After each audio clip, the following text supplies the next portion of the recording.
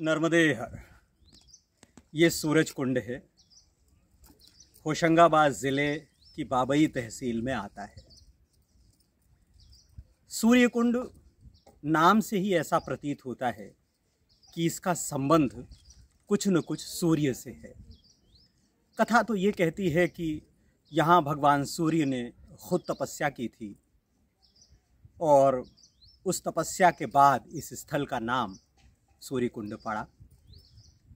अब कहानी कैसी है, कितनी सच है और क्या है, पुराणों में वर्णित यह कथा अपने आप में मिथक है या सच है, ये तो कह नहीं सकते। लेकिन एक बात तो है, क्या माँ नर्मदा इतनी ज्येष्ठ हैं, इतनी उम्रदराज हैं कि सूर्य, चंद्र, नक्षत्र तमाम ब्रह्मांड से पहले की हैं। इतना पहले की कि यहाँ सूर्य और चंद्र भी तपस्या करने के लिए आते थे।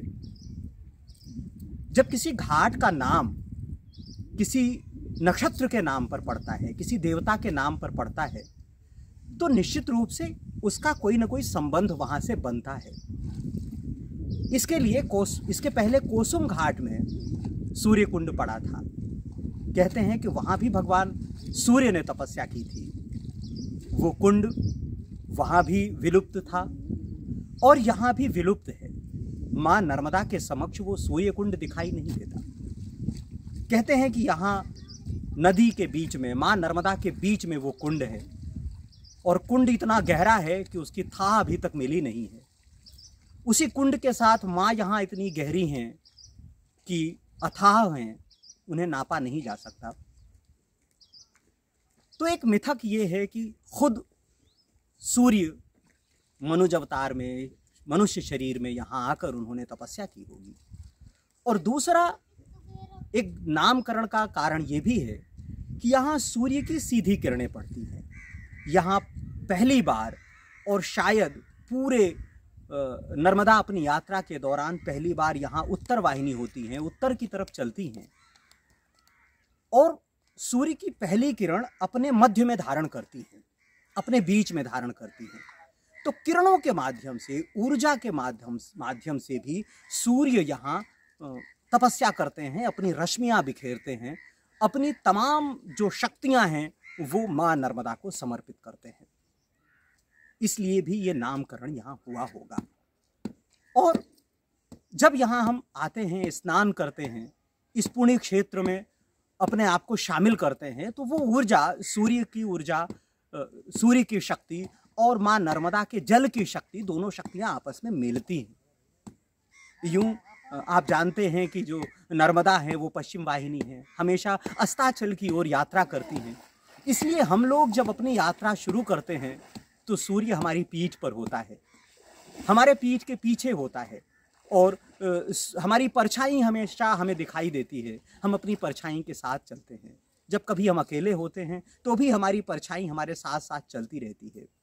तो सूर्य एक तरह से हमें मार्ग दिखाते रहते हैं, हमें अकेला नहीं होने देते कि बेटा मैं भी तुम्हारे साथ हूँ, मेरी रश्मियाँ तुम्हारी खुद की छाया को तुम्हें दिखाती हुई चल रही हैं।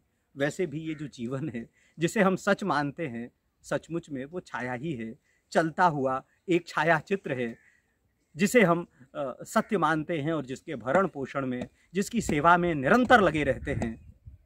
सूर्य जब हमारे पीछे से हमें हमारी छाया दिखाते हैं तो यही आगाह करते हैं कि देखो जो तुम चल रहे हो वो छाया हो, छाया मात्र ही हो।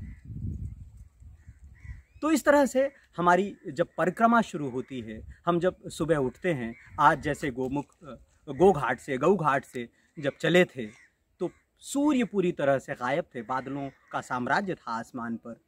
और दोपहर में जैसे ही सूर्य कुंड में पहुँचे अपने पहले विराम के लिए, तो सूर्य भी, भुवन भास्कर भी यहाँ आ गए और अपनी पूरी आभा के साथ आ गए।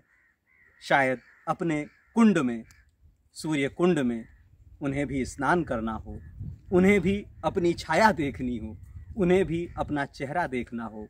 7 घोड़ों पर सवार भुवन भास्कर अपने घोड़े छोड़कर यहाँ उतर रहे हों, अकेले बिल्कुल नर्मदा जल में जो अथाह है उसकी थाह लेने के लिए जिसका पार नहीं है, उसका पार पाने के लिए और उसकी अपरंपार महिमा हमें बताने के लिए भी, जन जन को समझाने के लिए भी, यहाँ आने वाले श्रद्धालुओं को अपनी तमाम ऊर्जा से ओत प्रोत करने के लिए भी, नर्मदे हर।